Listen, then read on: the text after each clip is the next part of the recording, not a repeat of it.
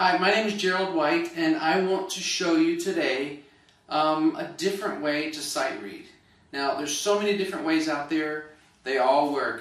Just like there's so many different ways to learn how to play piano. There's different methods. There's different methods to play guitar. But what I want to show you is what has worked for me here in Los Angeles. I started teaching a sight singing class at the Screen Actors Guild 10 years ago. And what I noticed was that people were coming in with degrees in music, vocal degrees, piano degrees. They could play Rachmaninoff, they could sing arias, and they were composing things for film and TV. But some of them, when they pick up the music and actually try to read it and sing what's on the paper, they couldn't do it. There was a mental block somehow. They knew their solfege. They knew all different kinds of tricks that they had been taught along the way. And so what I tried to do was try to figure out what it was that was getting in the way of people actually being able to read the notes that were on the paper, just a simple melody. What I found out in my experience is that there's too much information. Your brain is trying to process all these different tricks and all these different kinds of rules, and there's so much information in theory, most of it which you don't need, just to simply sight read. So what I'd like to do is show you now the method I use, which is just based on numbers and muscle memory. So just to explain a little bit really quickly. In muscle memory, your chords are in your throat and in your voice box or your larynx, and they stretch when you sing higher and they get shorter when you sing lower. And those are different distances or placements of your chord. And around your chord, your vocal cords are muscles. And these muscles pull your chords, like I said, tighter or longer to sing high notes and shorter for low notes. So just like a muscle in your body, and when you memorize things, it becomes a muscle memory. So if you hear a pitch, your chord is in one place, and you sing that pitch, and you raise the pitch to a higher pitch, your chords stretch longer, so that's a different placement. So, for instance, on an 8-note scale, 1, 2, 3, 4, 5, 6, 7, 8, 7, 6, 5, 4, 3, 2, 1. If you're singing at 1 and you're singing a lower note, your chords will be, for instance, this distance or this long. As you sing higher, 2, 3, 4, 5, 6, so they're getting longer. Your chords will over time remember 1, 6, inside here. We never really paid attention to what that feels like though. So through the drills that I take you through, you will get to where your chord, the connection between your brain and your vocal cord will start to remember those distances, so that when you look at music and you see a distance of a fourth, you will know where to go and you will know how that feels.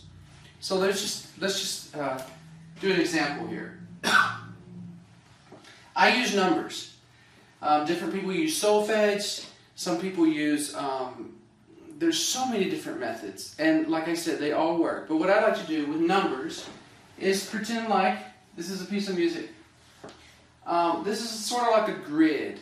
Now, without even knowing what it's called, without knowing the key signatures, keys, clefs, all of that, if you can sing from a home position and memorize the 8-note scale, then you can sing the notes that are written on any piece of music.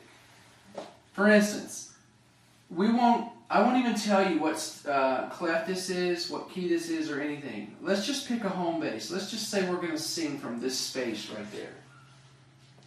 If this space, where this X is home base, and I give you a 1 to start from, and in the process you can memorize the 8-note scale. 1, 2, 3, 4, 5, 6, 7, 8, 7, 6, 5, 4, 3, 2, 1.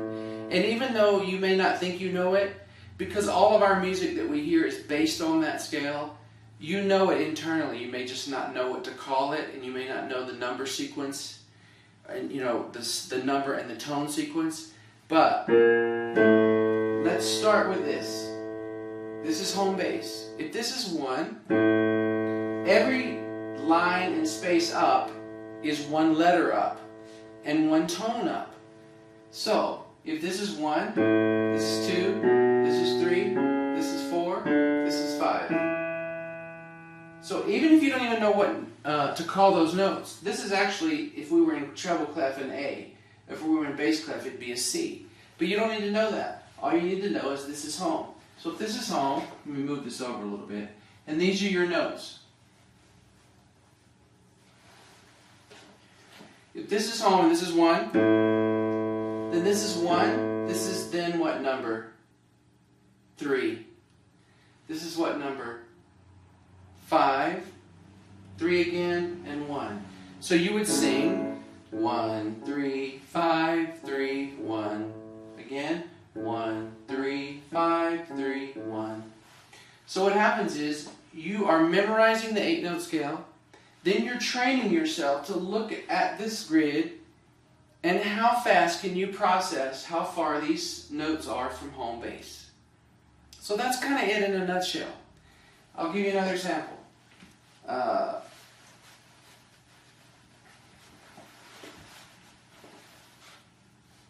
Let's say that this is home base now.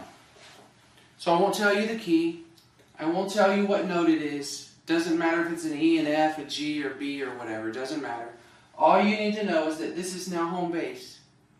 So if I give you a note, and then I play, and I show you the other notes on the staff, let's say here, then first of all, you need to just be able to tell me what are the distances away from home.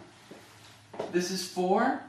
If this is 1, 2, 3, 4, 5, 6, 7, 6,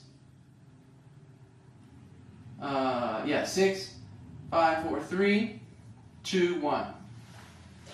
Okay, 4, 5, 7, 6, 3, 1. So if this is 1, you first of all sing the 8-note scale, major scale. 1, 2, 3, 4, 5, 6, 7, 8, 7, 6, 5, 4, 3, 2, 1. Or sing it up. 1, 2, 3, 4, 5, 6, 7, 8, 7, 6, 5, 4, 3, 2, 1. Here's 1, 4, 5, 7, 6, 3, 1. So you're singing distances away from home. First, you're calculating it on paper. Second, you're producing it in your throat. Let me give you one more example. I'll actually do a song now.